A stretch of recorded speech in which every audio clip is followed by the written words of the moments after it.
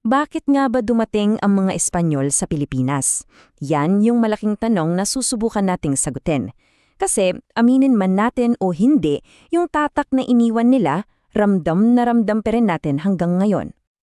O di ba? Napapansin nyo ba yan sa paligid? Yung apelido mo, yung pangalan ng kali nyo, yung simbahan sa plaza.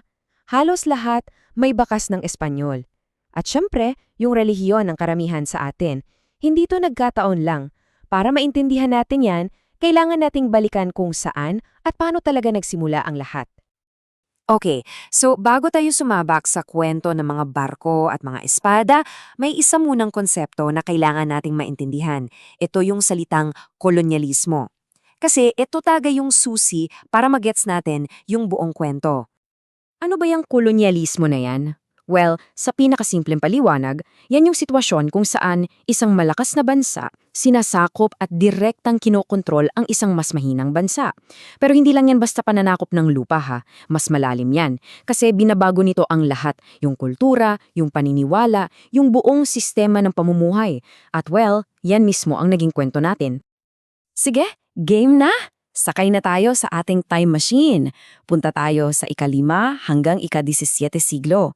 Ito yung tinatawag na Age of Exploration.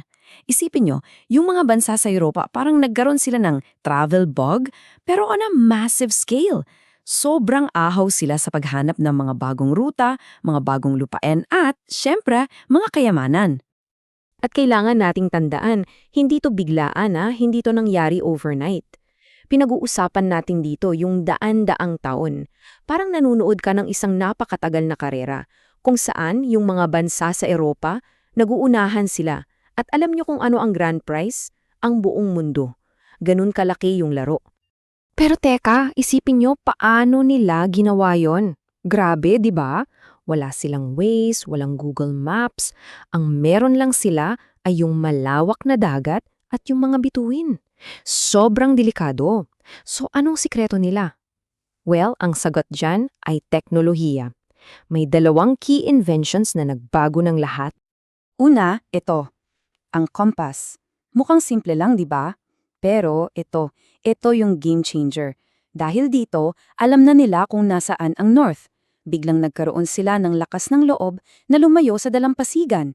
Hindi na sila takot, maligaw sa gitna ng kawalan.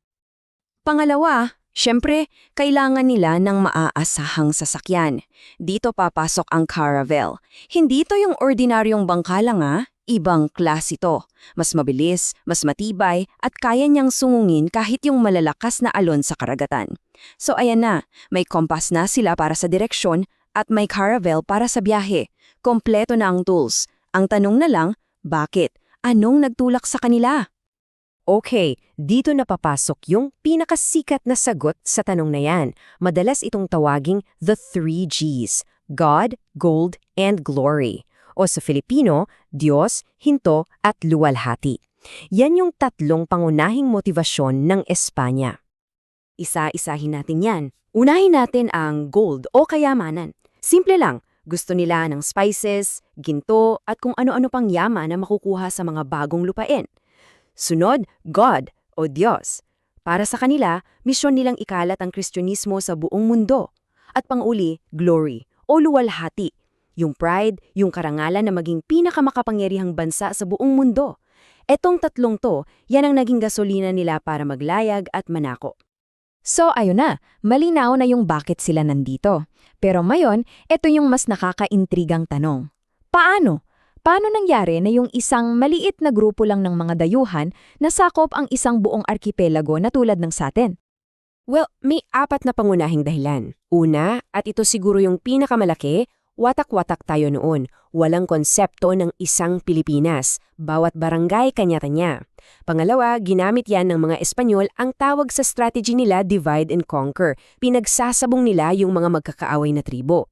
Pangatlo, yung sandata nila. At pang-4, marami sa ating mga ninuno ang naakit talaga sa Kristyanismo. So hindi lang isang bagay kundi kombinasyon ng mga to. At speaking of sandata, tingnan nyo to.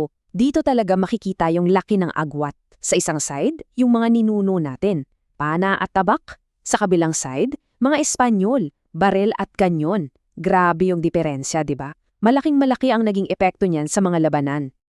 So, dahil sa lahat ng yan, nagtagumpay ang Espanya. At ang tagumpay nila ay simula ng isang napakahabang bagong kabanata para sa atin.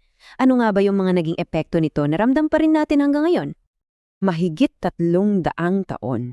Ulitin ko ha, 300 plus years. Hindi yan biro, hindi lang yan numero sa libro.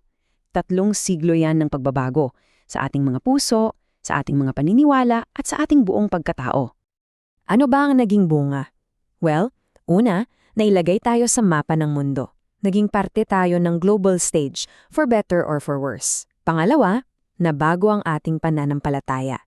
At pangatlo, at siguro ito ang pinakamahalaga, sa loob ng 300 taon na yon, dito dahan-dahang isinilang at nahubog yung konsepto ng pagiging Pilipino.